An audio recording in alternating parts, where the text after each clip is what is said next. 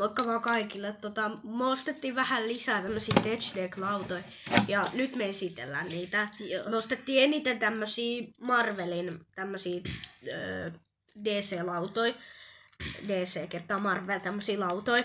Ja nyt me esitellään niitä. Ihan ekana mä nyt teen tällätti. Mulla on tehty aika monta yritys, niin tätä ennen mä oon tehnyt aina ekana tän, niin nyt otetaan tää. Tässä on Superman. Tää on DC. Superman. Mä en tiedä, että tossa on jotain random värejä. Toi on toi ihme juttu siitä pelistä. Kaikki ei tiedä sitä. No se on sellainen se on sellainen Marvel-peli. Oho, tässä on pari taustatemppua täällä. Niin kattokaa. Oho, taas sama. Niin tässä on myös Superman. Ota. Tossa ei näy värejä, mutta siinä on värejä.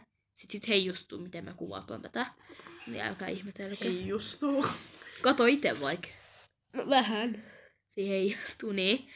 Niin sitten tossa on joku Mies. Tossa on Joku Superman. viittamies. Tossa on joku random tyyppä viittamies. Toi on, mä oon aika varma, että tää on Batman. Joo. Ja sit tässä on tällainen, no tää on tällainen. Tää on aika nätti. Tää olisi Tää ei liity parempi. mitenkään Marveliin, mutta Tää olisi vähän parempi, mutta kun tästä on tää yksi juttu kadonnut. niin, Tää on sit vähän me- tällainen. Ja kun me ostettiin tää Marvel-setti, niin tästä tuli hyvä tuuri ylimääräinen tommonen pala ja siitä me saatiin just korjattu toi, mut silti toi vähän vääntelee, niin joo, se toimii silti. Tuossa lukee Ohajos. Ei oo tällä hetkellä mitään varausia, niin Tässä ei lukee, ole tilattu niin hetkeä. tässä lukee Ohaos. Ohio. Ohaos. Ja tuossa on kaikki kupit. Tää on varmaan mun kaikista lemppari näistä. Sama. Sitten Joo. tässä on tällainen Superman. Tässä on tämmönen Superman ja tää on aika nätti lauta.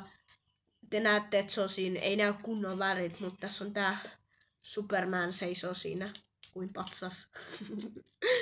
Ja sit täällä olisi tämmönen, tää on mun ite lemppari.